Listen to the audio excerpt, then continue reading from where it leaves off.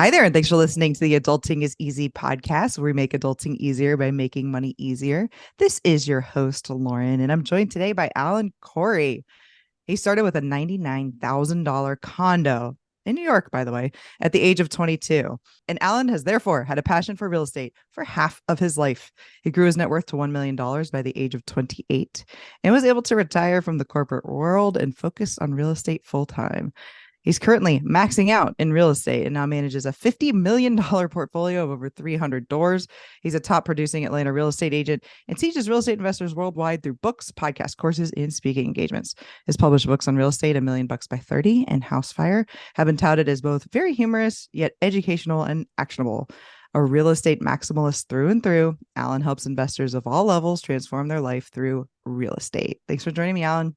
Hey, good to see you, Lauren. Thanks for having me. Our goal for today is to make adulting easier for listeners by discussing a personal finance topic, since managing money is a huge part of adulting. Today, Alan, we're going to talk about $1 million by 30. And I want to know why. Why $1 million by 30? I'm very goal oriented, even so back in my 20s. And I grew up where I was surrounded by wealth, but my family wasn't wealthy. I had two public school parents, teachers who were as parents, and we lived in the nice suburbs, but we weren't in the nice neighborhood or anything like that. And at times I was getting my coats out of the Lost and Found and things, and so a lot of hand-me-downs and thrift store purchases. I just felt like I was lacking, and I was like, you know what? I'm going to go out. I'm going to bust my butt. I don't have any of the advantages that I see others having, and I just thought that was a nice round number. I'm just going to have $1 million by 30. And honestly, I was like, I'm going to write a book about it. So to me, it was like, I had a book idea first. And I was like, well, I can't write that book unless I achieve it. So let me go do both. I like that. Well, that's like the best accountability partner, I guess, is writing a book. So when did you decide, like, you were in your 20s, obviously, but what age were you when you decided you want to have $1 million by 30? Yeah, so I graduated college and moved to New York at 21, and I found the cheapest place I could rent, which was in the legal sublet in the Spanish Harlem projects and Upper East Side of Manhattan, and it was there because that was the first time where I went out and I just saw like wealth around me, not in the projects, but like just walking around New York City and fancy cars and clothes, and like I couldn't get into the clubs, I didn't want to pay to get in the clubs that I wanted to go into. I'm like, where are all these people getting all this money? Like it's out there. I know it's out there. What do I have to do? And so it was then at 21, I was like, okay, I've got 9 years to be a millionaire, and let me figure it out. And I started devouring every personal finance book, doing everything I could. And it really came down to living way below my means. I was lucky enough to get a job as a tech support guy. This is right after the dot-com boom in 2001, 2002. And for $50,000, I was tech support for a software company. And I lived off $19,000 of that. And so it was basically, I think it was like something 19% or something crazy low amount. And I was like, I'm just going to invest the rest. And I ate ramen noodles every day. I was already living in the projects. I wasn't going out. I would take the subway or the bus. I would never take a cab anywhere. And I didn't have a huge income. And so I was like, if I have to change my outcome, I just have to save every dollar I can until I either acquire the skills to have a huge income. But right out of college, I didn't see a path forward there. And so I just saved every penny and I put it in 401ks and stocks and eventually real estate. So do you think pretty much anybody then can become a millionaire in 9 years if they really buckle down and get to it? I think so. Like it actually took me 6 years. So I became a millionaire at 28, but I sure. I think my timeline, I did have a 9 year timeline. It was faster. I got, the benefit of a great stock market and real estate market and things like that. But yeah, I think 10 years you can. It just has to be your priority. And in many ways, it was easy because I didn't ever have to hem and haw over any purchase because it was just, is this a want or is this a need? Do I want this or do I need this? Right. And then furthermore, I would just check in with myself on honestly every meal, every dollar out of my pocket is this going to help me reach my goal of being have $1 million by 30? Will this help me? And if the answer was no, then I wouldn't buy it. And I just reminded myself that this is my priority. This is what I'm achieving. This is what I'm working towards. And just sort of those check-ins with myself. And I am human and obviously makes mistakes. So that's why I started hiding money from myself. And so I went to my day job and I said, hey, I want you to put 50% of my, it was direct deposit, 50% in this bank and 50% in the other bank. The bank that was close to me was the one I would use daily. And then I specifically went to a bank there's a cross town, other side of Manhattan. This was before online banking and all that stuff, 20 years ago. But to actually access the bank and know what I had in there, I actually had to go into it and get my account information, or it would be mailed to me. And so I just wouldn't touch it. It was hard to access. I threw away the debit cards and the credit cards. I just didn't want to access it. And then once a year, I told myself every January 1st, I would walk in there. Whatever money I had would be a down payment for real estate. So that became sort of my savings plan. I saved that for myself. And then the 50% I had access to, I still played those games where I would, check in with myself. Is this a want or need? Does this help me on my goal?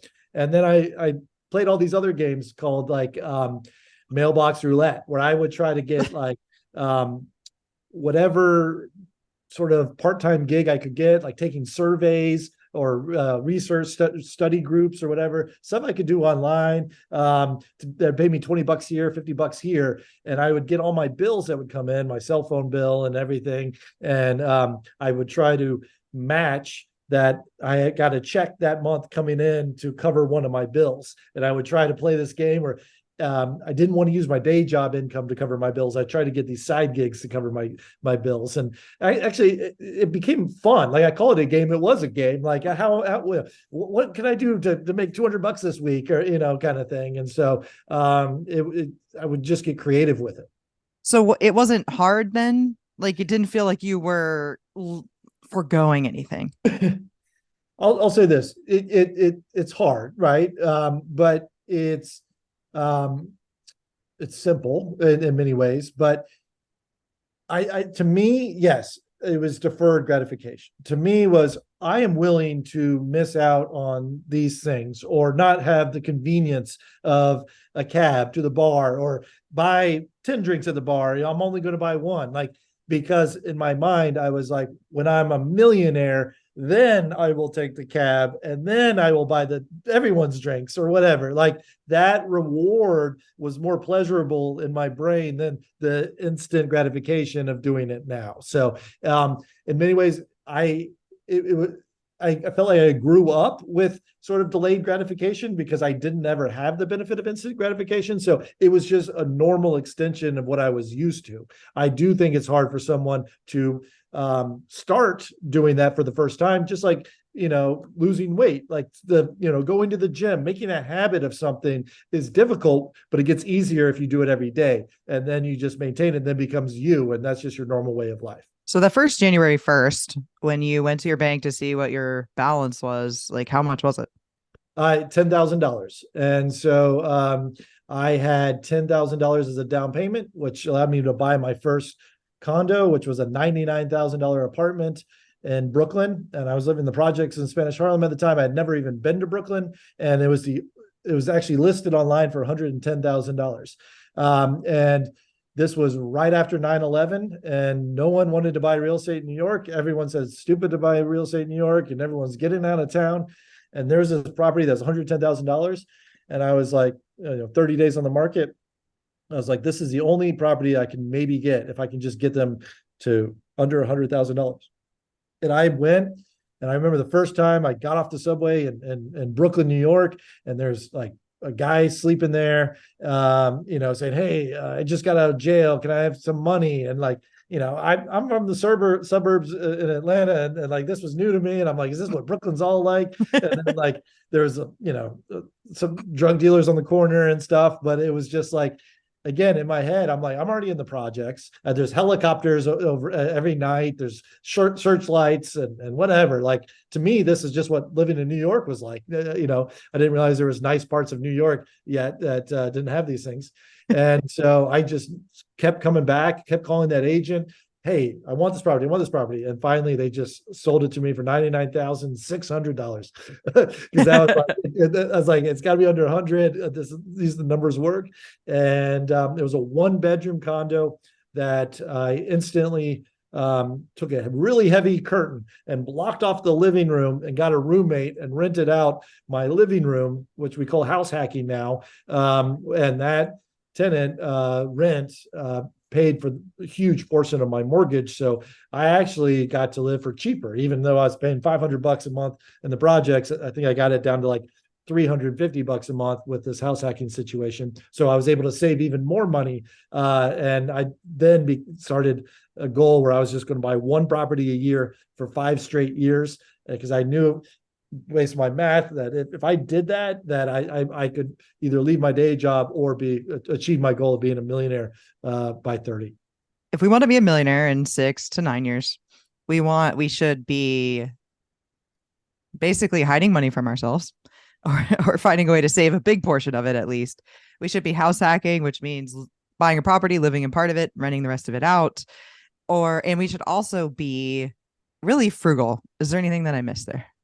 Yeah, I mean, I was reading books and the phrase was "pay yourself first," and I didn't really understand what that meant. And what I realize now, what it meant, it was, if let's say I was short on a phone bill, I would have to find a way. I had to get a side gig or side, hustle to pay that for that phone bill, even though technically I could have gotten it out of my bank account or across town, but I just wouldn't. I would not let that be an option. I'd rather be penalized on my phone bill and be late and figure out and be like, Alan, you got to figure this out. You don't have access to that money. So really the discipline and those rules. And so I realized I was paying myself first. I'm putting the first 50% of my money into investments or for my future. And I just have to figure out with the other 50% what to do here. And it's house hacking. It helps a lot. And that's the easiest way. It's more difficult when you have a spouse or a family, but if you make their family goals or, you and your loved one, that this is our priority and have a strong why, like, why are we doing this? And it's like, hey, I want to have a great life in 10 years. Which to me, I always think 10 years in the future, it always sneaks up on me really quick. And to some people, when you say 10 years, they're like, oh, what? That's crazy. I can't even think, 10 days into the future. And I think it's really sort of, you have to have that goal setting mentality too, and the bigger purpose. And hey, this is to me, I like to say I'm giving presents to myself in the future, because really in 10 years I'm like, thank you, Alan, or even every January 1st. Thank you, Alan, for giving this gift of a down payment, to yourself. And so I'll be like, yeah, good looking out, Alan, a year ago, kind of things. So did becoming a millionaire change your life then? It sounds like it did. You had all these properties, like you Yeah. basically got to breathe after that. Yeah, totally. And so, yeah, it definitely, I was able to achieve my goal. And I'll tell you this, like, I thought, oh, I'm going to be instantly happy and I'll be a millionaire and go, sit on the beach and drink margaritas. Nothing really honestly changed once you become a millionaire. You just have a little bit more financial security. And I'm not the type of person who wants to go sit on the beach anyway. Like I'm wired to always be working and let's what's next, kind of thing. And so it felt good. I knew I could achieve it. And then it's just one of those things where it's like, if you have a diet plan of let's lose 20 pounds, you just stop at 20 pounds and say, I did it. And then you slowly gain it all back, kind of thing. Or do you stop it and continue it on and just maintain and you're happy? Or do you like, oh, maybe I want to lose 25 pounds, right? You have those sort of decisions. And so it did kind of unlocked the level where I was reading the books where the rich get richer. And I didn't understand what that meant because I'd never been rich, right? And so now I had options. And so if I wanted to buy property, I could put a larger down payment down. I could get lower interest rates because now I have a credit history. I've been paying everything on time, and I have really low debts. I have all this extra income, side gigs coming in. So I just felt like this whole world opened up to me. And I'm still learning to this day, like, oh, when you reach a certain level of wealth, this happens, and then you get this opportunity, and then the bank will do this for you, and it really does get easier and easier. And so those are more presents I give myself from 10, 20 years worth of really kind of thinking ahead. I have pivoted a little bit from living way below my means. It took living way below my means and living off, a small portion of my income to get here. But now I really do think if you want to accelerate your wealth, it's focusing on income. So rather than trying to save every penny, like I'd spend, 3 hours trying to save, $2 of credit card fees, whatever it was.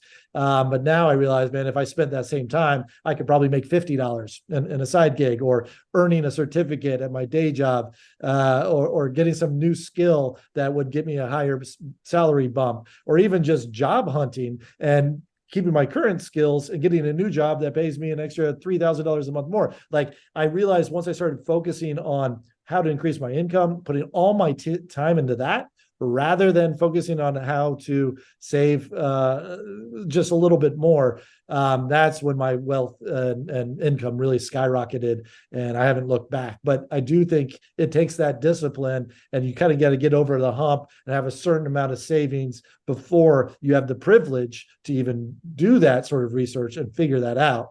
So that is the path that I've learned and sort of I've talked about in my follow-up books. You can do both. I guess that's what I want to say. You can be frugal and you can be working on growing your income at the same time. That's what I certainly did. I was in it. My first job out of school, I was a manager, a front end department supervisor at Toys R Us. Made $28,000. The year after that, I got into accounting. I made $35,000. And then the year after that, I got into sales. I made $65,000. And the year after that, I got promoted and I made $114,000. And those were the first 4 years of my career. So I'm like mid 20s, and I was house hacking. Also, I bought my first house. I had a roommate. So I was paying $200 a month to live in a 3-bedroom, 2-bath house in St. Petersburg, Florida.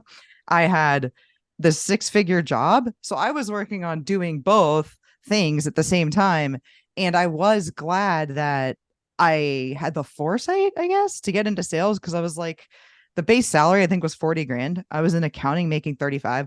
I'm like, worst case scenario, I make 5 more grand. Even if I suck, I can still go back to accounting, Yeah. So I did definitely both of those things. And I did not. You still beat me. I didn't become a millionaire by 28. I became a millionaire by 31. Well, that was my second book. It's the Subversive Job Search, because then I was like, oh, how do people make $100,000 in a career? I didn't know, so I completely was like, that became my new goal. I want to make $100,000 career in 5 years, and I was able to do that in 2.5 years by sort of reverse engineering resumes and looking at job postings and seeing how I could job hop my way up the ladder. And now, when I realized working in software, I jumped around a bunch of different software companies, startups, and the best salesperson in every company I ever worked for made double, triple, quadruple what the CEO was making at the company. And that guy was dumb as a brick, and every company or gal, and they made it seemed like their job was going to drink with people or play golf with people. And I was like, this guy's the most, gets paid the most, and like every story is him just like going to parties and having fun and hanging out. And so and the business is paying for it, like it's not coming out of his dollar. So I didn't get into sales until I became a realtor about 10 years ago. But I navigated up to the C-suite with without sales. But I did learn that along the way, a little bit too late. But if you really if you really want to make a lot of money, get into sales and try to sell the most expensive thing you possibly can find. So houses are very expensive, but these software companies, some of the implementations were $1 million, and they would get a huge commission out of that. So I know sales is not for everyone. I do think that with current tools and sales are being done in DMs on social media and LinkedIn connections. You don't have to wine and dine people anymore. There's ways for introverts to really kind of come to the top of the sales ladder now, which wasn't the case when I was working the corporate job. So what I wanted to point out to listeners here too is it's okay to change. It's okay to pivot a little bit. And, this idea of like, I'm the frugal person, I'm going to make $1 million. I'm going to like stay frugal forever. And I'm the delayed gratification person. When you say it's okay to change that over time? Yeah. I mean, I changed. I think it was a bit of that I felt like I had no option. I also felt like all of my mentors and the books I were reading were like focused on that. So I didn't, it's sort of like, I didn't know any other way. I was almost naive. It wasn't that it was a bad thing, but it was like, oh, now that I can breathe a little, now that I can take a little bit more risk, let me start reading some other books. And then I'm like, oh, it was not so much that I was doing it wrong, but I probably could have started this other stuff 5 or 6 years later, which, earlier, I mean, and really would have benefited me. And, would have taken a little bit more risk and spent a little bit more time on, adding skills or generating income a little bit earlier. But, you live and learn. And as I feel like I'm unlocking new levels of a map on a video game and be like, oh, wow, I didn't know this was an option to me, and private equity and all this stuff in real estate, which I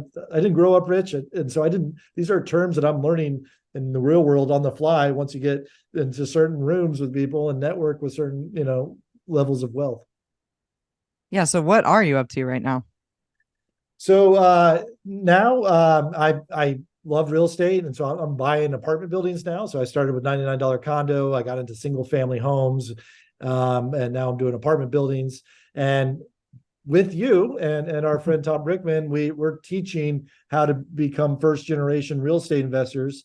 We collected all of our stories. I feel like we all have different niches and skill sets and experience, and formed House Money Media. So housemoneymedia.com is a platform to teach what we've learned, which is how to change your life through finances. We didn't have the mentors but we can be the mentors for other people. So we have the podcasts, we have newsletters and blogs, and active on social media. So House Money Media is sort of my new passion here, and I love it. I find it very rewarding to see other people get similar results and take the steps that we did. Yep. It's been really fun forming House Money Media. It's been interesting. It's been a challenge, but it's been very rewarding so far. Definitely didn't see myself 3-4 years ago when I really got heavy into real estate. Didn't see myself as someone that would be ever teaching or telling people my stories or being a quote unquote expert in anything. So that's been really fun to pivot from not just doing, but thinking about how I'm doing it and how I can teach other people how to do it. And so creating these courses and communicating with people in the Discord community and things has been really fun. So again, guys, just go to housemoneymedia.com. Just learn more about what me and Alan and Tom, the Frugal Gay, are up to. And just by the way, Tom Brickman, the Frugal Gay, has been on the Adulting is Easy podcast a couple times. Most recently, episode 85. It was about how he became FI and left his day job. So something you might want to listen to there. But is there anything, Alan, that you'd like to add before we wrap up? No, I enjoy doing the podcast with you over at House Money Media. So you run a good product there, and you keep me in line, and Tom in line. I feel like it must be like herding cats, the two of us bickering all the time, but it's all fun and educational. And so it's been great. And I call myself real estate maximalist because I'm all in on real estate. Probably 95% of my investments are real estate related. So on social media, I'm real estate maxi, MAXI. Yep. So follow Alan. You guys can follow me on Twitter at Adulting is Easy, Instagram at Adulting is Easy Real. Adulting is Easy on YouTube. There'll be clips, and this whole interview will be posted there. You can email me at realadultingiseasy@gmail.com, or Lauren at housemoneymedia.com. If you like this episode, like I said, check out Tom's episode 85. Thanks again for listening, everybody. Hopefully, Alan and I made adulting a little easier for you.